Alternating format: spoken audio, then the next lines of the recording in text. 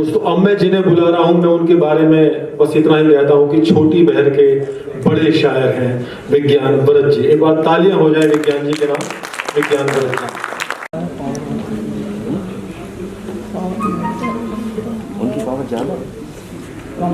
आदरणीय प्रभात साहब, गोविंद गुलशन जी,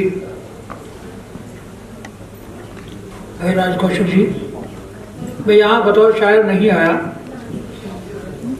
मैंने अपनी ज़िंदगी का सफ़र शुरू किया था करीब 45 साल पहले, कुछ कहना शुरू किया था और डॉक्टर बेचैन मेरे पहले वो शख्स थे जिन्होंने मेरी बात को सलीके से सुना। वैसे तो मेरे उस्ताद तो अमीर खजरबाज साहब थे, मगर पहली बार किसी व्यक्ति ने अगर मेरी बात को सलीके से सुना वो डॉक्टर बेचैन थे। आदरणीय ये प्रभात साहब, ये जो महफिल मुनक्कद आज हो रही है इस वक्त, ये सिर्फ मरसिया पढ़ने के लिए नहीं है बच्चन साहब का, उनको याद करने के लिए है, उनकी खूबियों को याद करने के लिए है। मैंने जितना उनको देखा है, 45 साल का वक्फा कम नहीं होता है। 45 वो मेरे घर भी आए हैं, मैं न जाने कितनी बार उनके घर आया हूँ। मेरे पास तो सारा दिन रहे हैं, घर आकर रहे हैं दिल्ली में जब मेरा घर था। काफ़ी उनसे कुछ सीखने को मिला। पहली बात तो मैंने देखा कि कभी भी किसी का अगर उन्हें विरोध भी करना है तो कभी तीखे स्वर में नहीं किया। मैं तो अक्सर तीखे स्वर में अपना विरोध जाहिर करता हूँ, मेरा अपना स्वभाव है। उन्होंने कभी भी किसी का विरोध अगर किया है या कोई तरमीम करनी हुई है किसी की शायरी में तो उन्होंने कभी तीखे स्वर में नहीं किया। प्रिय प्रगीत और प्रिय भावना के मैं साथ हूँ, वंदना के साथ हूँ उनके इस दुख की घड़ी में। वो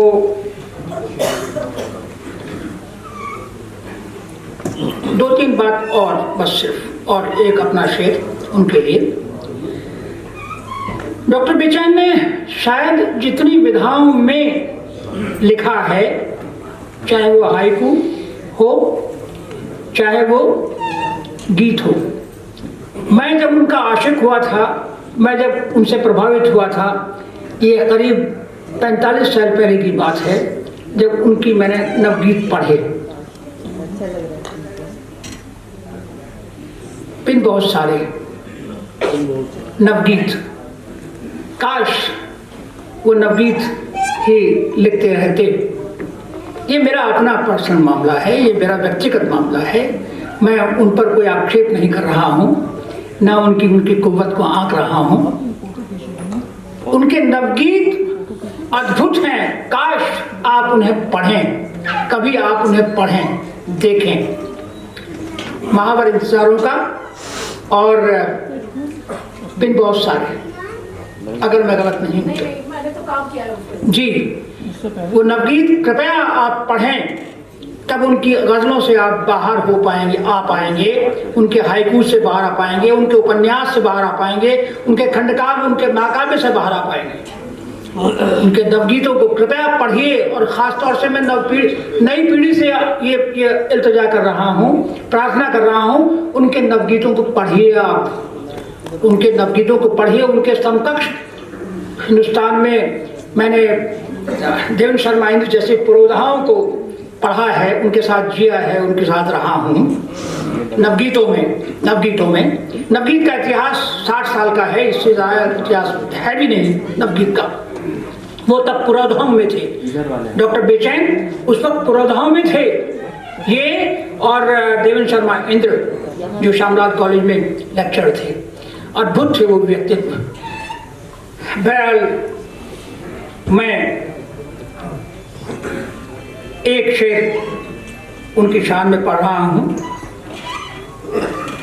एक शेर भाई दनकौरी ने खामोशी का जिक्र किया था, वो आप मतलब उस गजल का सुन लें। देखें माला जी, अंजू जी, कि खामोशी मेरी ज़बां है, खामोशी मेरी ज़बां है, खामोशी मेरी ज़बां है, वो मगर सुनता कहाँ है। वाह क्या बात है। अच्छा है विज्ञान जी, वाह, बहुत खामोशी मेरी ज़बां है, वो मगर सुनता कहाँ है। और साहब ये आदरणीय बेचैन जी के लिए उनके व्यक्तित्व का इसमें समावेश है। देखें आप, अर्ज क्या है कि तुमसे जितनी बार मिला हूं,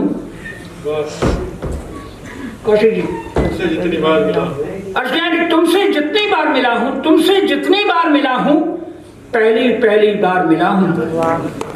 बहुत बहुत शुक्रिया, धन्यवाद।